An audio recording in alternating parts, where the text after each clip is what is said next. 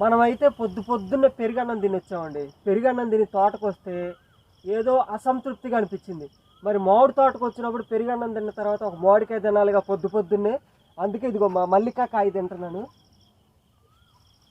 మల్లికాకాయ ఇదంటే నాకు చాలా చాలా ఇష్టం. ఇంతకుముందు కూడా చెప్పాను కదా, చెట్టుకు పండిన కాయ చూడండి, సూపర్ టేస్ట్ ఉంటుంది.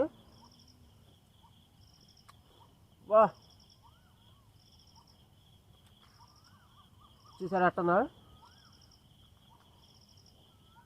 అబ్బా అబ్బా అబ్బా, అమృతం అయ్యా, అమృతం కూడా సరిపోదు. పొద్దున్నే మామిడికాయ తింటుంటా,